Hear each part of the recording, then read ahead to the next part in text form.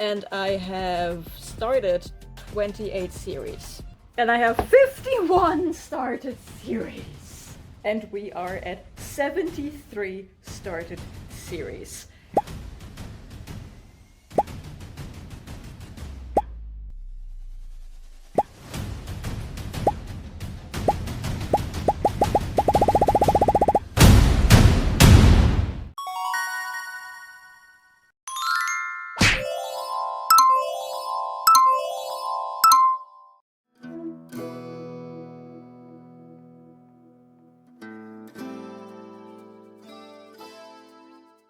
Hi, hey, hi, it's me, your Void.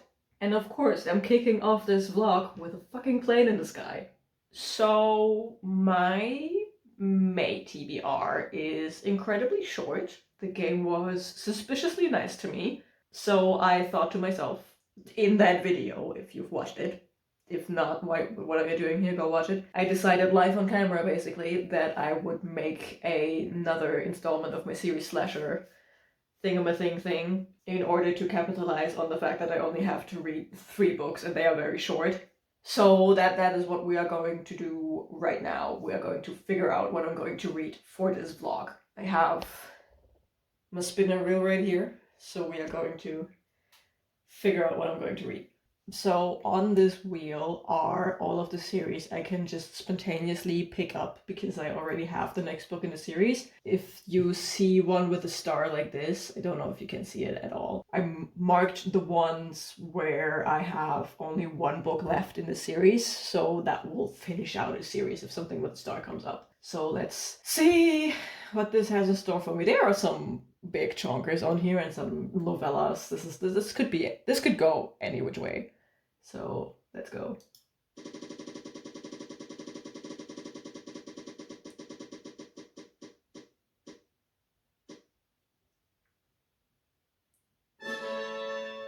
Okay, great start. We begin with the Will Darling Adventures by KJ Charles, which will finish a series for me. I have been sitting on this for a hot second. And I believe this will also tick off one of my buzzword bingo words because I have 1920 setting on this and the Will Darling Adventures take place in the 1920s.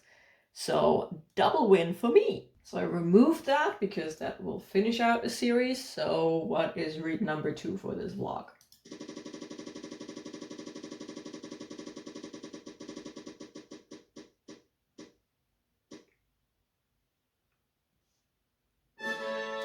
Sweet Demons by Viano Oniomoh, which will also finish out a series. This is going to be the episode where I finish stuff, isn't it? Amazing. Again, I removed it because it finishes a series, no need for it to be here anymore. That's 2. And both of them are under 300 pages, I believe. What is going on this month? Why is everything so nice to me? I don't trust this.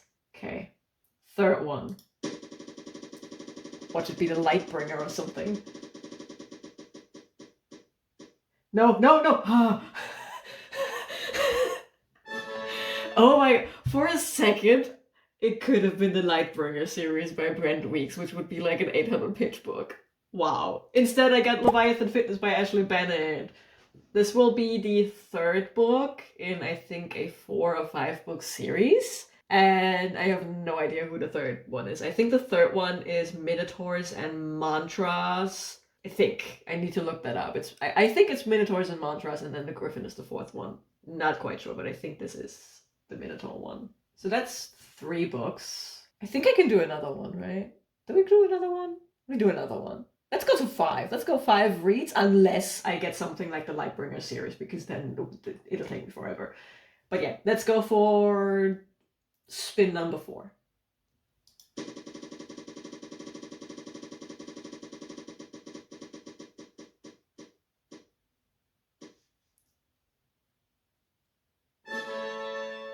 Another series finish! Little Thieves by Margaret Owen. I just recently acquired Holy Terrors because I was waiting for a certain edition to come out, and now I have it. I got it for Easter, actually. My aunt gave it to me for Easter, and this will finish out another series. I love the Little Thieves series by Margaret Owen. This series is so good. Holy Terrors is a big book, though. It's over 500 pages, if I remember that right.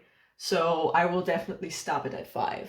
So we're going for another one. If it's a big one, I will respin. Like, I don't think I can also read the Lightbringer series. Like, Burning Blade and Silver Eye is also a long one. Like, I want something that is not that long. So I will spin this until I find something that is not gonna break my back. I make the rules here, I can do whatever I want. So, spin number 5.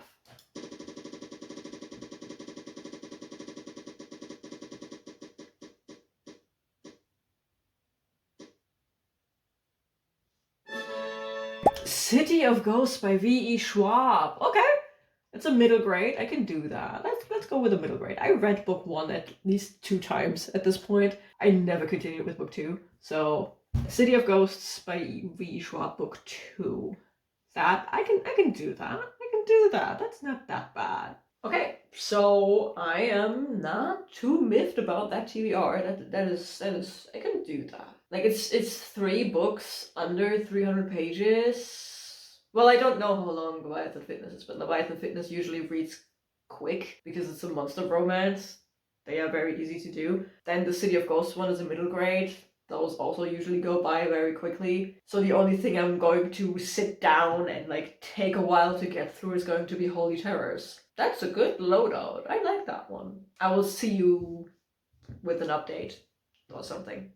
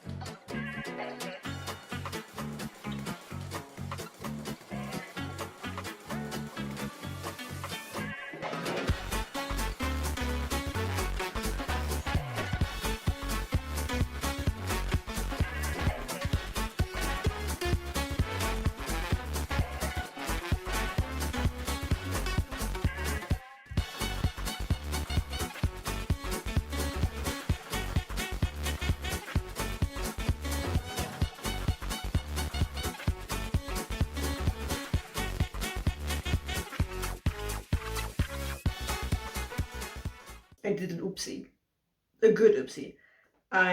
Yesterday evening, I sat down outside because we have new garden furniture, and ever since we got that new garden furniture, I've been sitting outside every second of every day, as long as it's warm enough and dry enough. And I don't know, something about last evening was just very magical. It wasn't too hot, it wasn't too windy, even though we had some very strong gusts of wind these last couple of days. But I just sat down And I was like, okay, I'm gonna start reading. And then I blinked and I read the entire book. I read all of Tunnel of Bones by V.E. Schwab.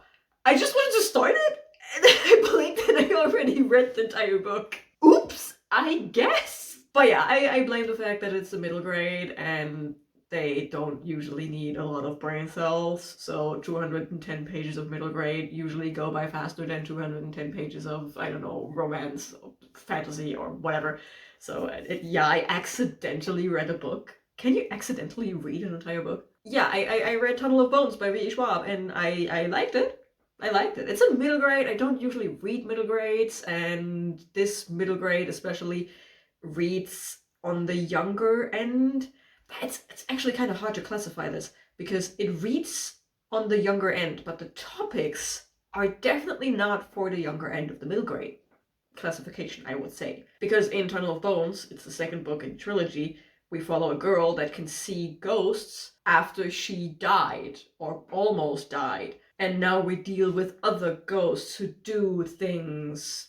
In the first book, there was a ghost that kidnapped and killed children for their life energy.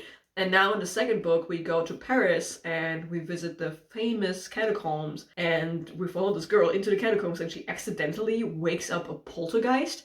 So this poltergeist is now running around rampant in Paris, gaining power. So we go from mischief to full-blown, I want to call it madness, because this ghost caused trouble with the metro system. There were fires in the city because of this one ghost. I'm like, whoa, okay. And we are actively told the story of who this poltergeist was and how he died. And it's not a nice death. It's not like super gory and gruesome in the description, but it's not a nice death. So, for a middle grade, I think it was a solid read. If you have someone in the middle grade age range in your life that is inclined to horror stories, I would go for this series, quite honestly. It's actually kind of good. And yeah, there is not much else to say about it because it is a middle grade. So I am 100% not the target audience. I have the humor of a 5-year-old sometimes, but not necessarily my reading age, you know? And because it's a middle grade, it's not very deep. It's not a very confusing plot. It's not misleading. It is a straight line from start to finish. You can see every step that these characters are going to take. You can see every plot point that they have to reach, like checkpoints. The one thing I would criticize, though, and that, again, I criticize that, but I think you really can't change it too much, given that it is a middle grade, that's the pacing. It's very quick. Like I said, I read it in one go. I accidentally read it in one go. But that is not even the problem. The problem I'm having is the pacing inside the story, because this poltergeist goes from, hey, I knock over a teacup, to causing fires in Paris and people getting hurt, and the news, international news, reporting on the incidents caused by this poltergeist in 2 or 3 days? And I don't know, but I don't like this escalation of power if there is no explanation. The only explanation we get is poltergeists get stronger the more mischief they cause.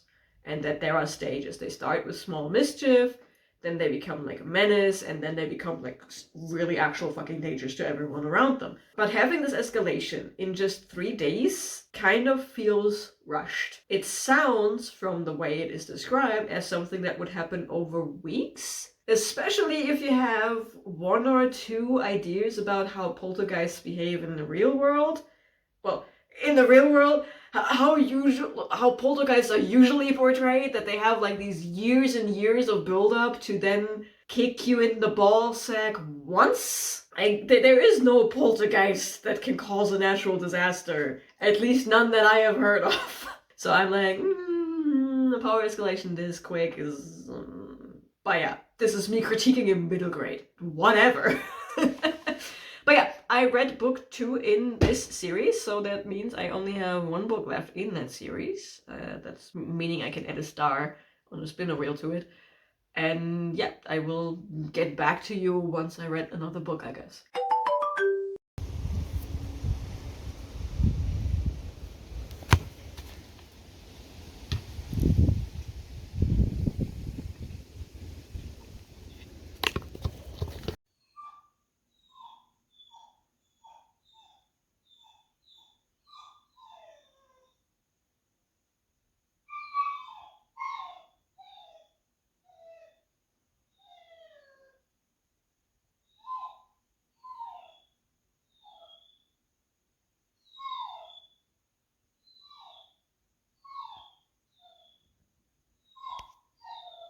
Someone would think I'm torturing this dog. For the record, I'm not. He started getting bitey, which is usually something that he does when he gets tired. So I put him in his bed, but he's not allowed to leave it. And he doesn't like it. Maybe he thinks he's a husky and he has to sing me the song of his people.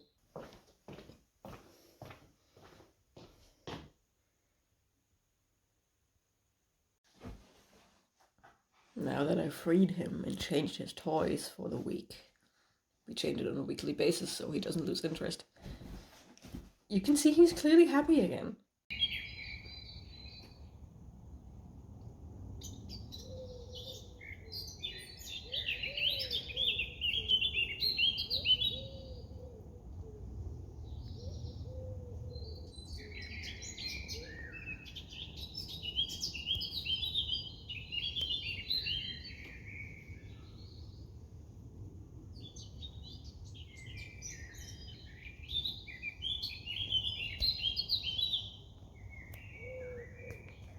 I promise you, I own more than just this hoodie. I realized I have been showing up in a lot of clips with this hoodie. It's just that this hoodie is the designated puppy can rip it apart hoodie. So I put it on every morning when he has the zoomies and when he gets bitey. I already tried to fix it. I don't care about this hoodie. This is not my color. I inherited this from my sibling. It has a couple of holes that I patched up everywhere and it's getting new holes almost every day. That's why I'm wearing it so much. Once he is out of his teething phase, things hopefully get better and I can wear actual clothes again. I don't want to wear this thing the entire time, but I have to. I finished Mantras and Minotaurs this morning while the puppy was outside doing his morning business. He wakes you up very early and I have to take care of him currently. So he woke me up with a paw to my face, smacked me in the face, then he gave me a kiss, then he smacked me again, then he tried to eat my ear. So I had no choice but to get up, had him go out into the garden, and I just sat there, waking up. I wanted to finish it last night, but I fell asleep. So I read the last 60 pages and yay, now we're here. That's also why I'm sounding a bit more stuffy than usual, because it's still very early. I mean, you can literally hear the birds chirp. I hope the bike is picking that up. Anyway, Mantras and Minotaurs by Ashley Bennett. It's the third book in the Briar Glen series, I think it's what it's called. In Muscles and Monsters, we had a Wolven and Tegan, a pastry shop owner. In book 2, we had Reese and a 700-year-old Kraken with a British accent. I remember that so clearly because it was a line at the end of Mantras and Minotaurs. And in Mantras and Minotaurs, we follow Tegan and Reese's mom. Because Tegan and Reese are siblings, and now it's their mom's turn to fall in love again because she had a shitty husband, he died 2 years ago, and now the kids are bullying their mom to go back into dating. And of course, it's all connected to that weird fitness studio that Tegan's boyfriend slash fiance, soon to be husband, is leading. Like he founded that thing, and Reese's boyfriend, the Kraken, is working there, I think. Either working there or he's using the pool for training stuff. I don't know. They all have a connection to this gym. The connection in Mantras and Minotaurs is that the daughter of the male love interest is working there as an instructor, and she also does yoga. Mantras and Minotaurs. Collect your thoughts. Mantras and Minotaurs. It's a cute romance. I enjoyed it very much for like the first 50%. There was one scene where I was like, okay, that's a bit quick, but you do you. Go forth, have fun. Yes, queen. The first 50% were just cutesy, patootie romance. I really vibed with the characters and how they were starting to vibe with each other. And they both came in with, I don't want to call it baggage, but they came in with a backstory because both of these characters are in their 50s. They both have kids and they are just now back on the dating market. Like both of them are newly entering the dating market because both of them were kind of bullied by their kids. So they go on a date, they are cute together. Loved it. These two people realize they actually do like each other and they want to officially start dating. And they do go on a bunch of cute dates. But my god, do we focus a lot on the sex once we hit the second half of the book. And I'm like, yeah, sure, if that's what you want to do in your borderline retirement, go for it. I'm not age shaming.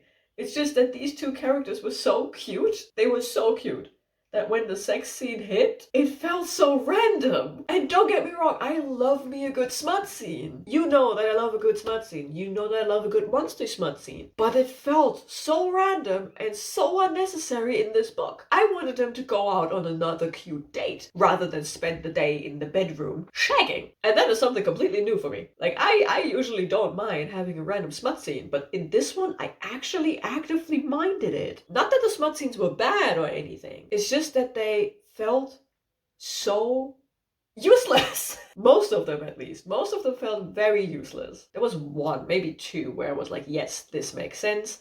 Because a good smut scene, usually, enhances the romance, enhances the intimacy between these characters, and it tells you something about these characters. And there were 2 smut scenes in there that did that. But there were more than 2 smut scenes in the second half of the book, and most of them just didn't do it. Most of them were just there because apparently a monster romance has to have smut in it. But yeah, they were incredibly cute together. I love that the kids were as involved as they were by not only bullying their parents into going back into dating because they realized this is exactly what their parents need, but also in being totally chill with their parents finding someone they click with, that they were so chill with handling their parents' emotions around the entire thing, because it was also a long distance relationship, which was new for both of these characters, and they missed each other very much. So the kids were there kind of cushioning that and helping the parents talk through it, which then eventually led to the realization that there's more in terms of feelings than they originally thought. There was no third act breakup, which I'm very happy about. It was just a cute book. And I love the fact that I love this series more and more with each book. If you remember all the way back when I read Muscles and Monsters, I think it was in 2025 in February for my Pink Romances stuff. Either that or for the Thick Thighs readathon, something like that. I read it last year. And I wasn't the biggest fan of Muscles and Monsters, but I stuck with the series, and Triathlons and Tentacles was so much better, and now Mantras and Minotaurs is also so much better.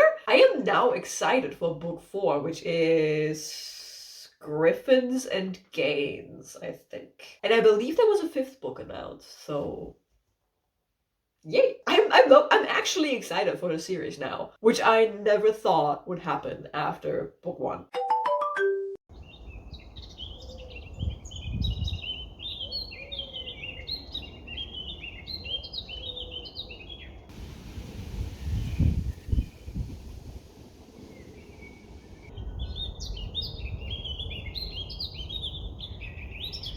So, as my last act of today before I wrap up and yeet myself into laying down and probably drifting off to sleep, I finished Sweet Surrender by Viano Oniomoh, and I like the first one better. The second one, I don't know, it fell flat for me. I can't even pinpoint why. I think because the tension was missing. In Sweet Vengeance, we had this entire plot that revolved around the female main character getting revenge, and that is why she summoned the demon in the first place. Someone did her very wrong, so now she used everything she could to get back at them, which led her to this demon. And this kind of tension is completely missing in Sweet Surrender. The demon summoning is more or less an accident, and then it doesn't go anywhere because the danger is more of a passive thing. The main character is being stalked by the cult they escaped a couple of years ago, but it's so passively that it doesn't matter until the last 50 pages, and then the problem is resolved within 15 of those. There is no back and forth in terms of, is this the right thing to do, yes or no? There is no real tension between the demon and the human, even though it is set up in a way that should give you this tension. I don't know, it was just way too smooth, in my opinion, which had the entire thing fall flat for me. That has to be the most concise wrap-up of a book I ever did. Wow. I should do these more often right after finishing a book. Anyway, I am tired. I have been up since 6:30 because a certain someone who is currently sleeping under this desk whacked me in the face, and then I just plowed through my day and did a bunch of stuff. It is now 9:50 in the evening, and I kind of want to die. So I'm probably gonna throw up an episode of something. I don't know, maybe The Last Ship. Maybe I finally start watching The Pit Season 2. Yesterday, for shits and giggles, I watched the first episode of Game of Thrones again, so maybe I continue with episode 2. Who knows? I don't. But yeah, this is me signing out for today, and for Sweet Surrender. 3 down, 2 more to go.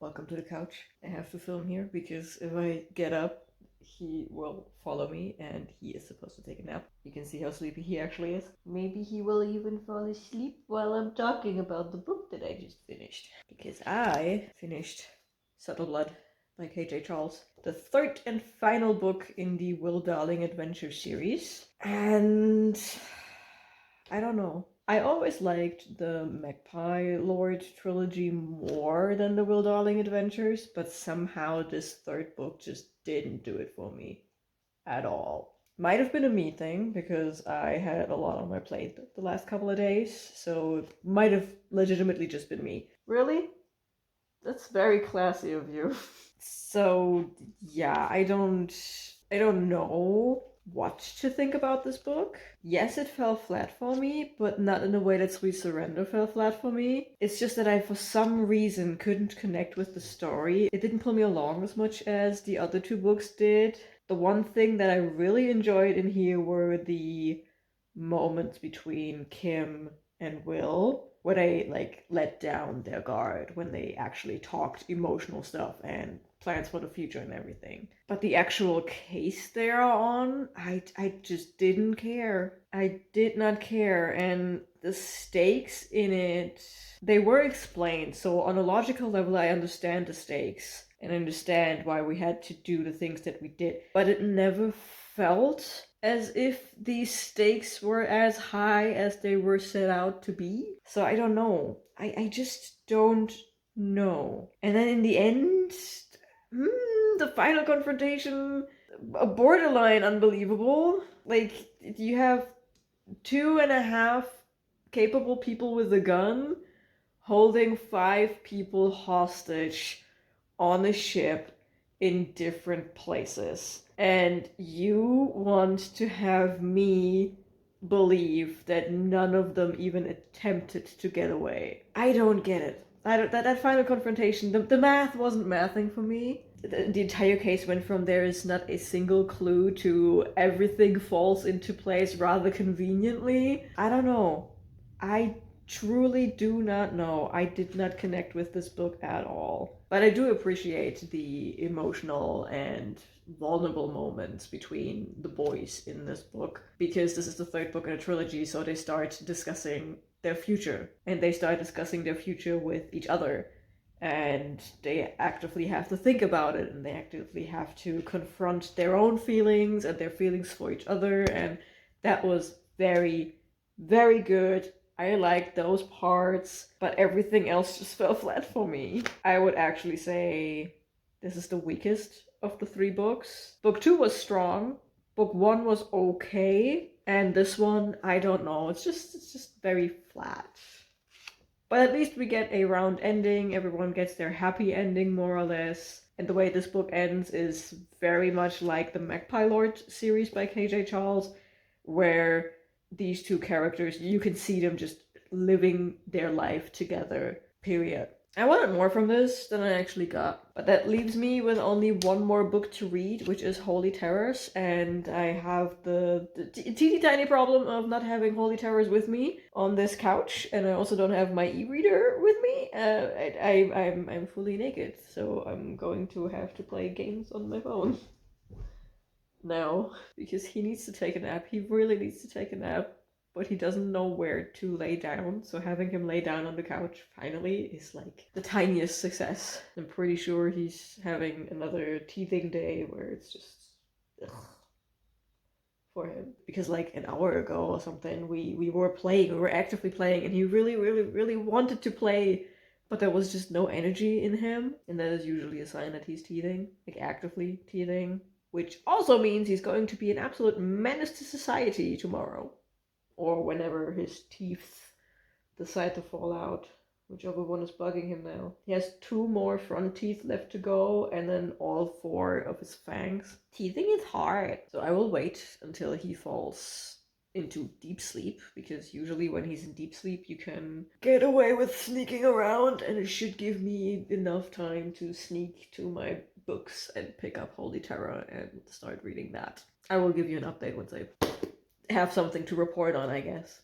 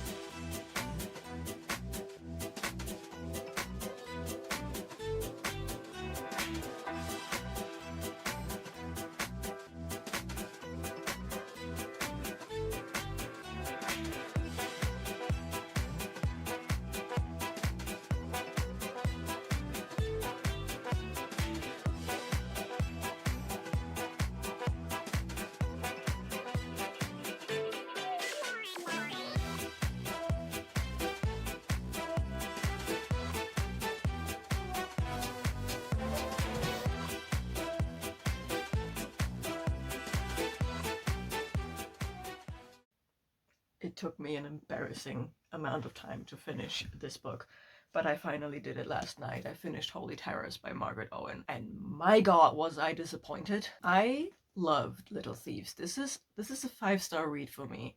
I also loved Painted Devils. I gave this 4.5 stars.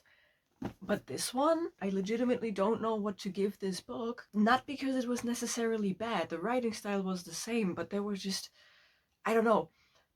The plot of this is very hard to follow for so many reasons. Like, it's basically a murder mystery, or it tries to be a murder mystery, and it's like a high society murder mystery. So we have there is someone going around killing high-ranking people, and it's like, I think like the third kill or something is the Empress.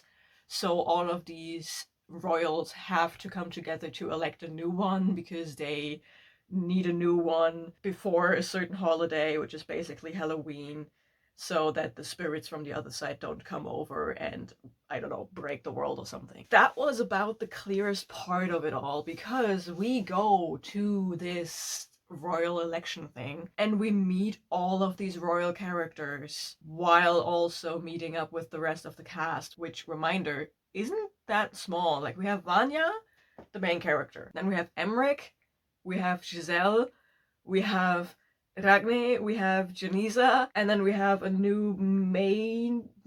two new main/major characters with Lilch and Benno.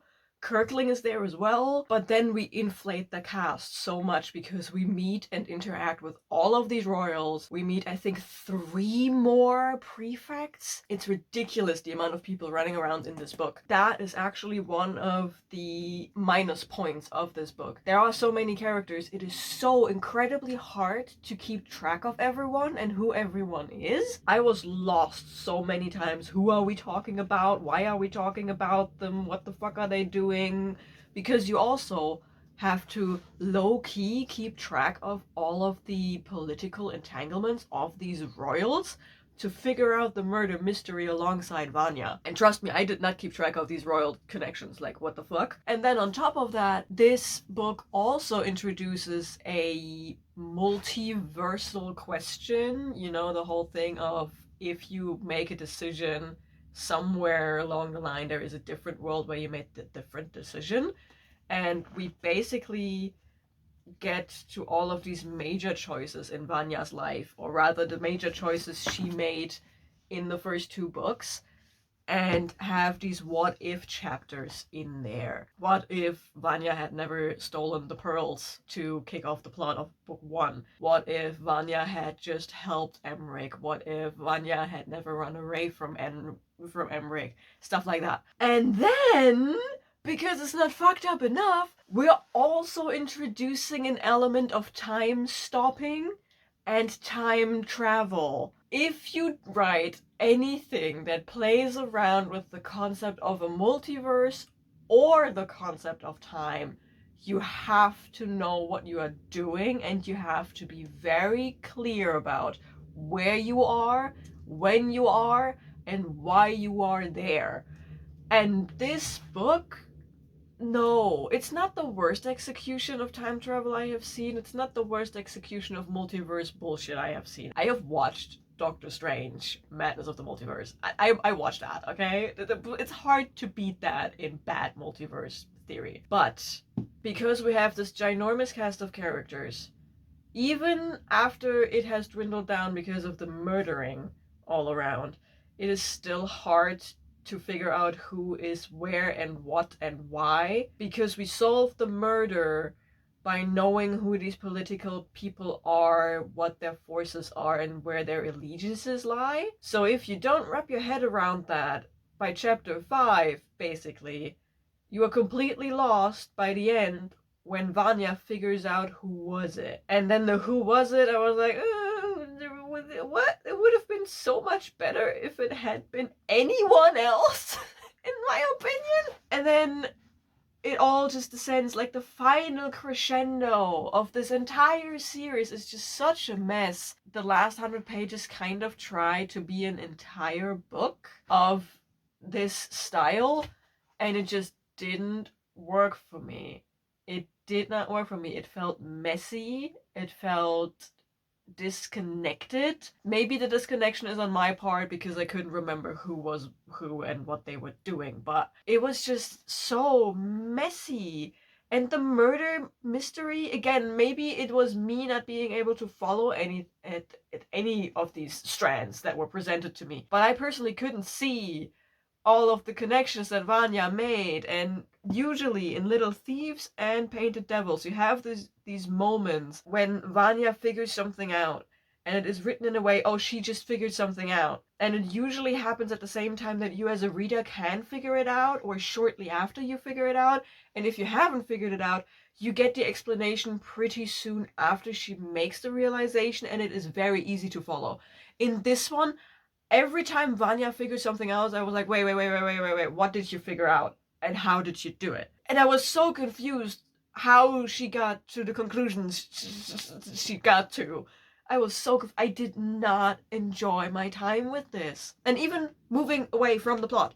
Like, usually a book can be saved if I love the characters. And I love the characters in the Little Thieves series. But their entire charm was gone. Giselle is just in the corner moping because of the situation she finds herself in, because she is one of the royals who has to elect a new emperor, and she is in the race to become new empress, and she doesn't want to be the new empress. Ragne is sidelined. You know, the funniest characters in this whole book is sidelined for some reason. The new character, Lil, she's a solid person, yeah, but because we have so many people and so much going on, she doesn't get her time to be her own person beyond the function she has in the plot. And Emmerich and Vanya, the king and queen of banter, don't banter because they now hate each other because of what happened in book 2. So they spend 80% of the book hating each other, or rather pretending they hate each other and being pissed about the fact that they now have to hate each other. And then when they come back together, they don't have time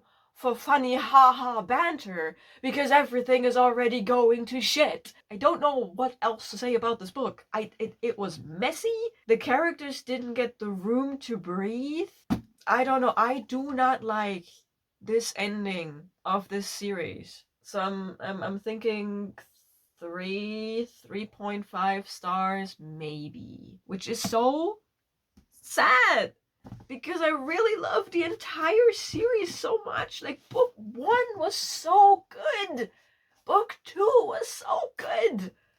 I don't like that. I don't like having to give this series such a rating for the ending. But yeah, with that, I finished the Little Thieves trilogy by Margaret Owen. And I finished this video. I'm finishing this video now because there is nothing left on my TBR, and this video really needs to go live. It was supposed to go live 3 hours ago. But someone just didn't want to finish the book. Oopsie! So I will end this video here. I would tell you the stats of everything that I did, but I forgot to write that down to mention it here. Again, I'm kind of pressed for time. Oops. What did I read? I forgot. But I'm pretty sure I finished two series, right? Yes. Wait. It's all coming back to me now. I continued the Leviathan Fitness series with Mantras and Minotaurs. I continued the City of Ghosts series by V. Schwab with Tunnel of Bones. I finished, I don't know what the series is called, but I read Sweet Surrender by Viano Oniomoh. It was finishing a series. I finished the Will Darling series by KJ Charles, and now I finished the Little Thieves series by Margaret Owen. Yay! If you made it to the end of this video, let me know in the comments if you have read any of these books, if you have finished any of these series, if you started any of these series, if you feel like picking up one of these series. And if you don't want to talk to me, leave a jewel emoji down in the comments below. There's a diamond emoji, right? Leave the diamond emoji down in the comments below. But yeah, that's it. I guess I will see you in the next video. Bye.